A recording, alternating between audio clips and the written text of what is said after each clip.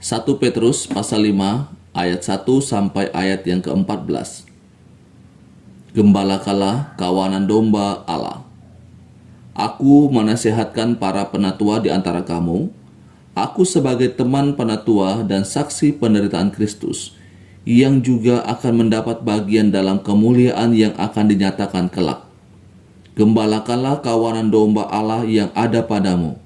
Jangan dengan paksa, tetapi dengan sukarela sesuai dengan kehendak Allah. Dan jangan karena mau mencari keuntungan, tetapi dengan pengabdian diri. Janganlah kamu berbuat seolah-olah kamu mau memerintah atas mereka yang dipercayakan kepadamu. Tetapi hendaklah kamu menjadi teladan bagi kawanan domba itu.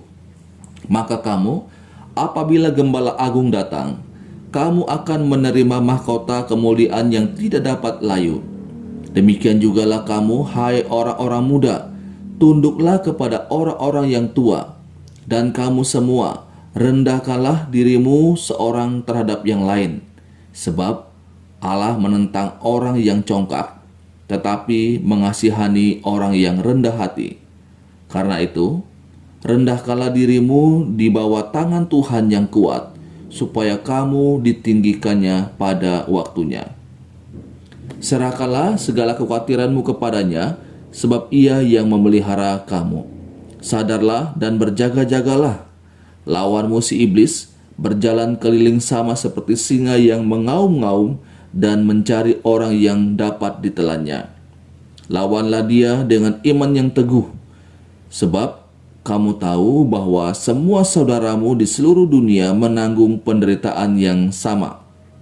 Dan Allah, sumber segala kasih karunia yang telah memanggil kamu dalam Kristus kepada kemuliaan-Nya yang kekal, akan melengkapi, meneguhkan, menguatkan, dan mengokohkan kamu sesudah kamu menderita seketika lamanya. Ialah yang empunya kuasa sampai selama-lamanya. Amin. Salam. Dengan perantaraan Silwanus yang kuanggap sebagai seorang saudara yang dapat dipercayai, aku menulis dengan singkat kepada kamu untuk menasihati dan meyakinkan kamu bahwa ini adalah kasih karunia yang benar-benar dari Allah. Berdirilah dengan teguh di dalamnya.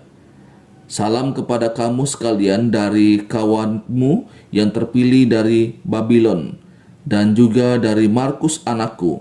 Berilah salam seorang kepada yang lain dengan cium yang kudus. Damai sejahtera menyertai kamu sekalian yang berada dalam Kristus. Amin. Saudaraku yang dikasihi oleh Tuhan Yesus Kristus, dalam bagian firman Tuhan ini ada beberapa nasihat yang disampaikan oleh Petrus. Yang pertama, itu ditujukan kepada para penatua. Dalam ayat yang kedua dikatakan, gembalakanlah kawanan domba Allah yang ada padamu. Atau dengan kata lain, gembalakanlah jemaat Allah yang ada padamu, yang telah dipercayakan kepadamu. Tapi ada catatannya, jangan dengan paksa, tapi sukarela. Yang kedua, jangan karena motif untuk mencari keuntungan, melainkan pengabdian.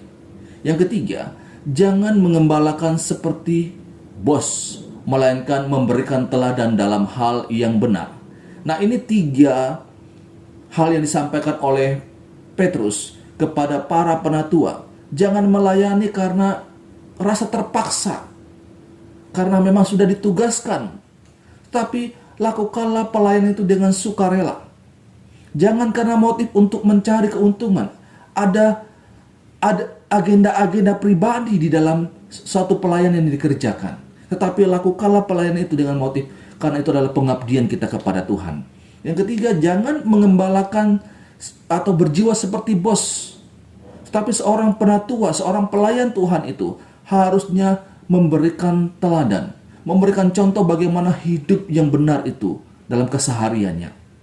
Nah, setelah Petrus menyampaikan beberapa nasihat kepada para penatua, maka kemudian dikatakan nasihat yang kedua itu ditujukan kepada orang muda.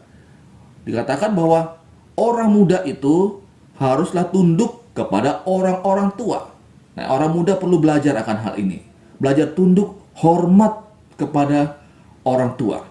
Dan kemudian nasihat itu kepada yang ketiga adalah kepada semua orang. Ada beberapa hal yang disampaikan oleh Petrus di sana. Yang pertama, rendahkanlah diri seorang terhadap yang lain. Yang kedua, menyerahkan segala kekhawatiran kepada Tuhan. Yang ketiga, selalu sadar dan berjaga-jaga karena lawan kita ini adalah iblis. Ia dikatakan seperti singa yang mengaum-ngaum, yang siap untuk mencari orang yang dapat ditelannya.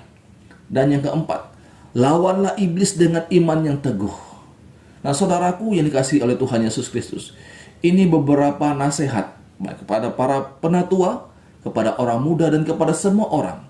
Dan saya sangat yakin sekali bahwa nasihat yang disampaikan oleh Petrus ini juga berlaku bagi saya dan saudara sebagai umat Tuhan di masa kini.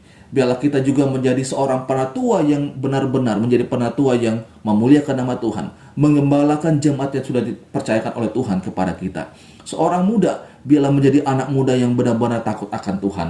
Dan kepada semua kita, biarlah kita menjadi orang yang setiap waktu merendahkan diri kita satu dengan yang lainnya. Ketika kita mengalami kekhawatiran, kita menyerahkannya kepada Tuhan dan selalu sadar bahwa kita ini selalu diintai oleh iblis. Dia selalu akan mencari kesempatan kapan ia dapat menyerang saya dan saudara, kapan ia punya kesempatan untuk menjatuhkan saya dan saudara. Oleh sebab itu kita harus selalu sadar dan terus berjaga-jaga dengan terus bermohon pertolongan daripada kuasa Tuhan, memampukan kita melawan iblis. Saudaraku yang dikasihi oleh Tuhan Yesus Kristus, ini pembacaan firman Tuhan untuk kita. Biarlah saya dan saudara terus akan dituntun, akan ditolong oleh Allah sendiri dalam melakukan apa yang Tuhan inginkan bagi kita. Kita terus bertumbuh dalam kebenaran firman Tuhan. Tuhan Yesus memberkati kita selalu. Amin.